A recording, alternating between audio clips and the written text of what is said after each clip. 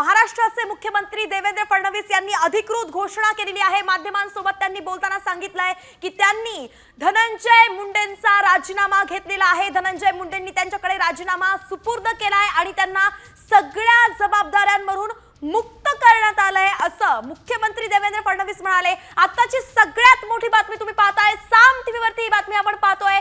साम टीव्हीने जी बातमी दाखवली होती त्यावरती शिक्कामोर्तब झालाय। खरं तर मुख्यमंत्री देवेंद्र फडणवीसांनी एक्सक्लुसिव्हली साम टीव्हीलाच ही पहिली प्रतिक्रिया दिली होती की धनंजय मुंडेंचा राजीनामा त्यांनी मागितलाय आणि त्यानुसार आता आपण पाहतोय की धनंजय मुंडेंचा राजीनामा मुख्यमंत्री देवेंद्र फडणवीसांकडे सादर झालेला आहे, त्यांच्यापर्यंत पोहोचलाय आणि त्याची अधिकृत घोषणा आताच विधिमंडळामध्ये आल्या त्यांनी माध्यमांशी बोलताना त्याची माहिती दिली आहे, घोषणा केली आहे। धनंजय मुंडे यांना पदमुक्त करण्यात आलेलं आहे, त्यांना मंत्री पदावरून हटवण्यात आलंय, आता ते माजी मंत्री झाले।